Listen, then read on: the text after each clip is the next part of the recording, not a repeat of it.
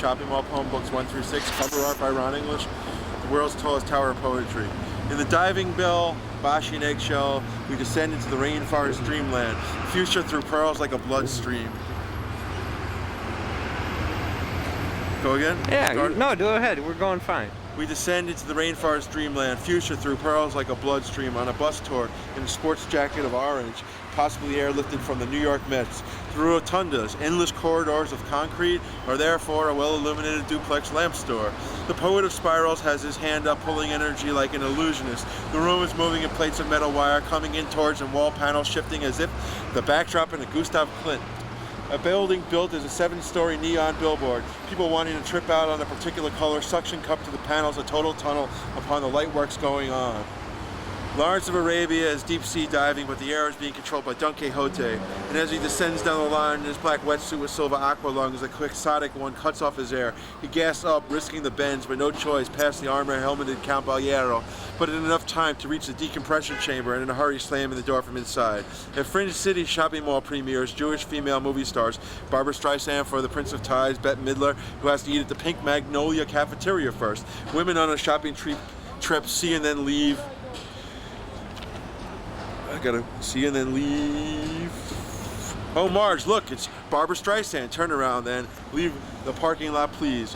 Dream without reason, Don Quixote. Dream with a target and vision, T.E. Lawrence. Pakistanis have turned into soupy sales more than once. Comedian and plate spinner whose 2 sons are in Bowie's latest band, Tin Machine. You know Bowie, I asked? Saw you at the show next to Iman at the Academy. How does he achieve the effect of being such an alien? Talk about my children in fur and playing going on. At the Theme Room Hotel next to the world's largest poem tower, rising out of the world's biggest shopping mall poem, people are sleeping in flame-retardant racing car driver suits, heavy long johns and cotton masks, sleeping in Lola plastic fiberglass beds, checkered flag comforters. Gentlemen and gentlewomen, start your engine pillows.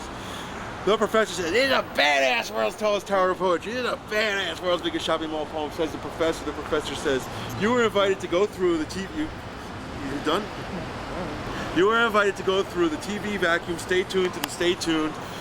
You were invited to go through the TV vacuum. Stay tuned to the stay tuned seats of operations Technicolor Color Shield. To go beyond the deep red cherry parade of confronted by diagonals of block rays of electric shades." This is like all fucked up. Of electric shades. Oh shit.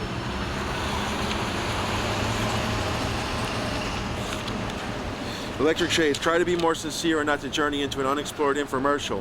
Maybe you could be adventurous by choosing a National Geographic special.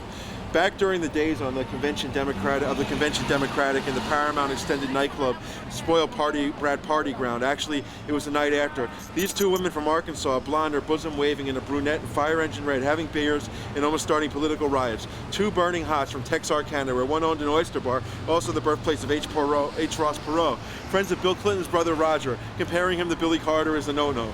The hard-polished drinker behind me is a painter, and then a restaurant owner who went to school in Switzerland. Buys me a tequila, which I customarily knock against the lacquer bar top before downing. The 2 loose Ozarkians have wandered into the lugubrious lobby, which for the time they were in New York was probably a hobby, in search of males or attention and excitement they can't come down from in the days immediately following the convention.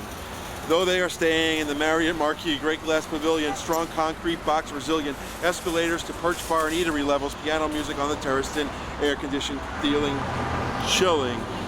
Why is the world's second biggest shopping mall in Minnesota? The only people who love to shop that much are Jewish women, and there probably aren't enough Jewish women in Minnesota, or are there?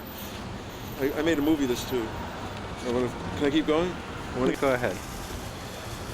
Page 13 through 15 of the shopping mall poem.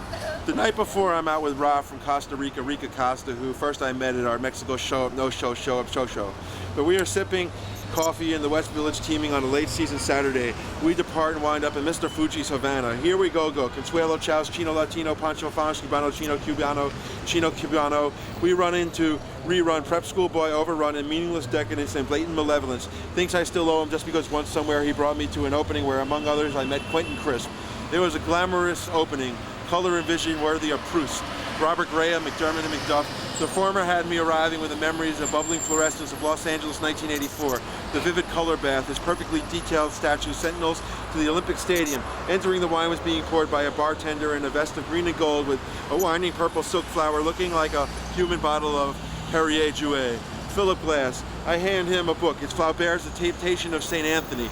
Autograph it if he happens to have the time.